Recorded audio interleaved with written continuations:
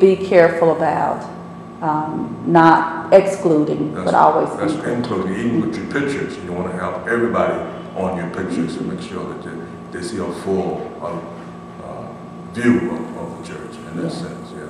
Okay. I know that your staff is multicultural. This is not one of the questions, but I think that's an important thing to make sure the staff is, and it's probably not intentional. This church just may have happened that way. Well, maybe not for the church, but for me it was intentional. Okay. That's one of the things I felt that we need. If you're going to lead people, the staff and the pastorate and the clergy need to look like the people you're leading. So they each need to have someone visible to say, yes, I can be a pastor, yes, I can be administrative assistant, or I can be a sexton, or what have you in the church. I can be a deacon or an elder, or any of those groupings. Yeah. And I think those, we have these issues today, not in our church, but in other, places where they're saying any intentional effort to put somebody of a particular culture in a position is a level of discrimination. But I think it's a real touchy-feely situation, but it really has to happen that way. There's really no way around it. That there must be representatives. That's right. Of culture. In all levels. At all levels. Yes. Right. Yes. Mm-hmm.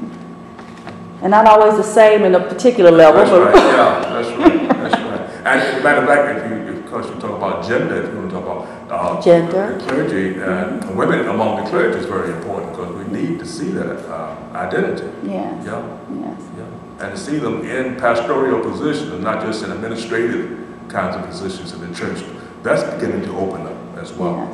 Yes, I'm feeling that, and it's. I know that some of the experiences I have stem from that very reason. So I'm, as you are recommending everyone be patient.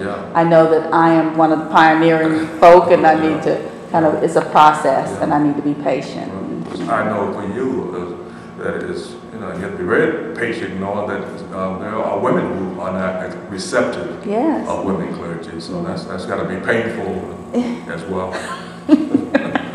But I will be patient and walk with grace and try to represent God in grace. I'm going to move forward.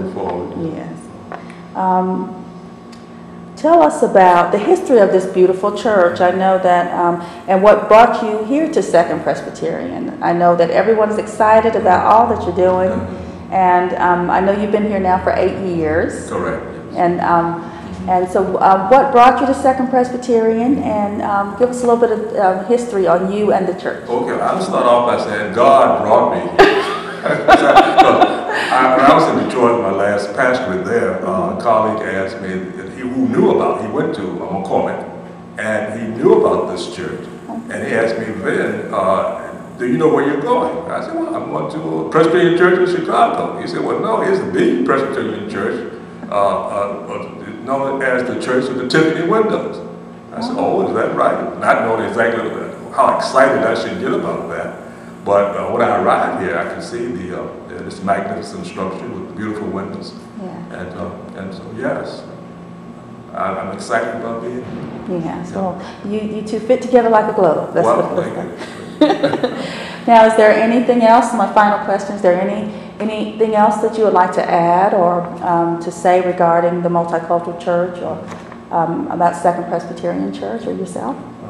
Well, the multicultural church is growing. Matter of fact, we are holding the conference, the multicultural conference in Chicago this year in Memorial Day weekend in end of May, and I'm very excited about that. People will be coming from all over the country.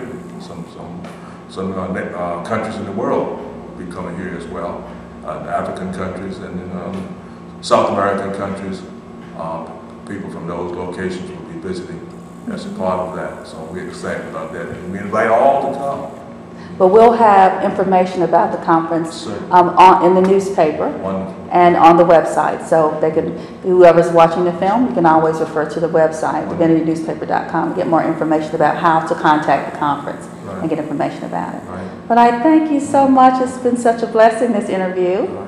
And look forward to another article in the very near future about some of the projects you are embarking on, because they're such great projects. Well, thank you for this interview and the chance to have it, and I'm excited about all the possibilities. Thank you so much, sir.